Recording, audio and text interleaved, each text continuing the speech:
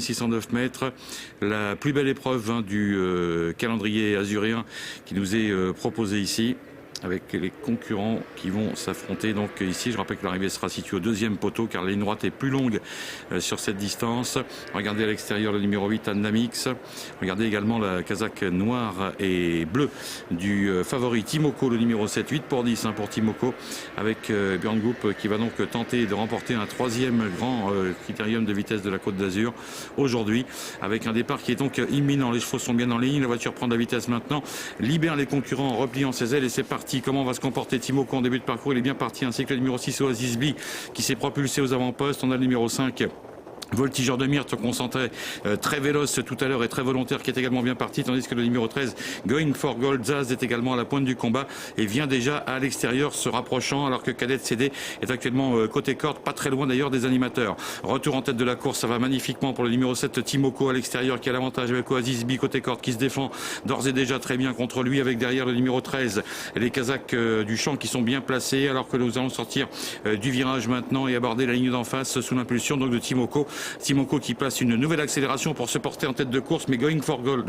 Zaz, le numéro 13, avec Dominique Lochneux qui se rapproche, fait malheureusement la faute à cet instant et c'en est donc terminé pour lui, alors que ça va très très bien pour le numéro 6 Oasis B, qui pour l'instant est juste derrière le favori, le grandissime favori Timoko, qui a la course parfaitement en main. On voit le numéro 5, alors que le 13 a été disqualifié, qui vient juste derrière avec Pasias Lest, le numéro 4 qui est un petit peu plus loin, et c'est dans cet ordre que nous abordons déjà le bout de la ligne d'en face maintenant, avec un Timoko pour l'instant impérial en tête de course, qui a l'avantage. Attention à Voltigeur de Myrte qui était extra au canter tout à l'heure et qui va bien. On voit également Pasias Lest avec Nicolas Hensch, les représentants de Fabrice Soulois, qui est venu en 3e, 4e position dans le tournant.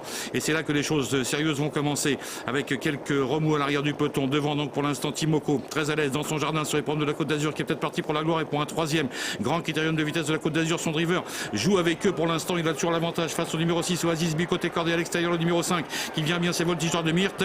Nous sommes aux abords du poteau maintenant, avec toujours l'avantage pour le numéro 7 qui ne fait qu'une bouchée. Timoko de ses adversaires, et maintenant que son driver relance pour finir, il va s'imposer, il est impérial, c'est le numéro 7 donc qui l'emporte. Timoko aux dépens de Oasis B, la 3e place sera pour la corde, le numéro 11 qui finit vite, le Lucky Charm Manoeuvre qui a terminé 3e très vite côté corde.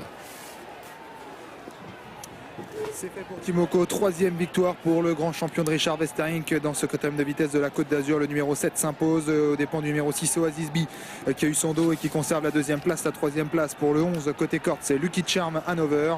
La 4e pour le numéro 10 Trébol, et la 5e pour le numéro 9 Vicomte Bouffarco. Quel crack, franchement ça a été encore du beau spectacle ici. Ouais, du beau spectacle, en plus qu'il a une impression de faciliter toute la route qui est vraiment tout à fait déconcertante sans doute pour ses adversaires et qui est très agréable à regarder.